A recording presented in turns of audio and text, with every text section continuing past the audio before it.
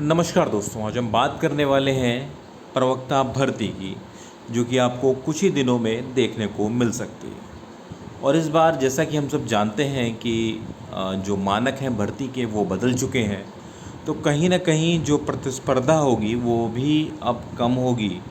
क्योंकि जैसा पिछली बार 2020 में जो विज्ञापन निकला था उसमें जिसकी पीजी थी वो सारे बच्चे अलाउड थे परीक्षा देने के लिए, लेकिन इस बार जो कंपटीशन है वो थोड़ा सा कम होगा और कहीं ना कहीं जो पदों की संख्या है वो लमसम 1,500 बताई जा रही है। आइए देखते हैं किस तरीके से जो बीएड डिग्री धारक के लिए प्रवक्ता भर्ती में स्पर्धा कम का अनुमान लगाया जा रहा है। आइए पढ़ते हैं इस खबर को और विस्तार से जानते हैं। एलटी ग्रेड के बाद अब प्रवक्ता भर्ती का विज्ञापन जारी करने की तैयारी में है आयोग। उत्तर प्रदेश लोक सेवा आयोग यानी यूपी ट्रिपल सी राज्य की विद्यालयों में एलटी ग्रेड शिक्षक भर्ती के बाद अब प्रवक्ता भर्ती की तैयारी में लगा है।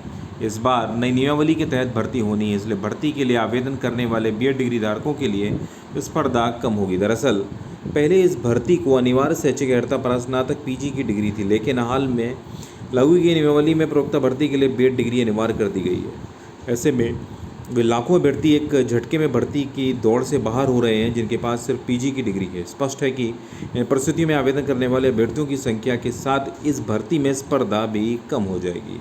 आयोग को तकरीबन 1,500 पदों का अध्याचन मिल चुका है और आयोग जल्द ही रिक्त पदों पर भर्ती के लिए विज्ञापन जारी करने की तैयारी में है। इससे पूर्व दिसंबर 2020 में प्रवक्ता भर्ती का विज्ञापन आया था। अभ्यर्थी 5 साल से इस भर्ती का इंतजार कर रहे हैं। हालांकि यह नियमावली लागू होने से पीजी डिग्री धारकों को तगड़ा झटका लगा है। यह नियमावली के अनुसार इस भर्ती के लिए अब केवल बीएड डिग्री वालों को ही अभ्यर्थी आवेदन कर सकेंगे, जबकि पिछली भर्ती में बीएड डिग्री के अलावा पीजी डिग्री वाले अभ्यर्थियों ने भी आवेदन किए थे। इस बार पीजी डिग्री धारक भर्ती के दौड़ से बाहर हो जाएंगे और बीएड डिग्री धारक की भर्ती में शामिल हो सकेंगे। ऐसे में दावेदारों की संख्या कम हो जाएगी।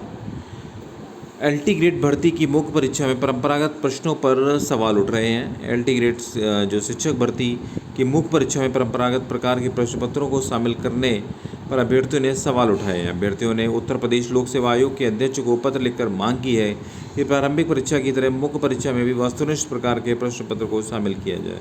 प्रतियोगी छात्र प्रतिनिधिमंडल के अध्यक्ष शीतला प्रसाद ओझा का कहना है कि ग्रेजुएशन स्तर तक की पढ़ाई भी अब ऑब्जेक्टिव एमसीक्यू आधारित हो रही है, जहाँ तक कि यूजीसी, सीयूईटी, सीटीईटी जैसे राज्य स्तर की परीक्षाओं भी वस्तुनिष्ठ पद्धति पर आधारित है। ऐसे में एलटी ग्रेड जैसी प्रतियोगी परीक्षा का वर्णनात्मक बनना ये केवल समय अनुसार अनुचित है, बल्कि छात्रों को वर्षों की तैयारी को प्रभावित करेगा। अभ्यर्थी भी वर्षों से वस्तुनिष्ठ प्रकार के प्रश्न पत्रों को आधार बनाकर परीक्षा की तैयारी कर रहे हैं। मुख्य परीक्षा में परंपरागत प्रकार के प्रश्न पत्रों को शामिल करने से अभ्यर्थी की तैयारी चौपट हो जाएगी और परिणाम में भी विलम्ब होगा। आयोग ने विज्ञापन जारी किया है, उसके अनुसार मुख्य परीक्षा केवल 200 अंकों की होगी। खंड आ के तहत 10 प्रश्न लघु उत्तरी होंगे, वहीं उनके उत्तरों की सीमा 125 शब्द होगी। प्रत्येक प्रश्न 8 अंक का होगा, वहीं खंड बा 10 दीर्घ उत्तरी प्रश्न होंगे, उत्तरों की सीमा 200 शब्द होगी। तो किस तरीके से सब्जेक्टिव पेपर करने का जो प्लान है सरकार का मुख्य परीक्षा में, कहीं ना कहीं उसके विरोध में लोग आए हैं और वस्तुनिष्ठ प्रश्न को ही करने का जो सुझाव है वो आयोग को दिया गया है।